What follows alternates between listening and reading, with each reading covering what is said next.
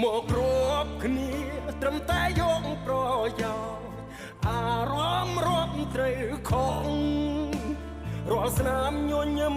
គឺមានតែសំបងហើយប្រែសងលែងលឺនោះអត់ទៅណាដឹងទេថាខ្ញុំពេលនេះឈឺសង្ស័យហើយមនុស្សឲ្យបានលឺ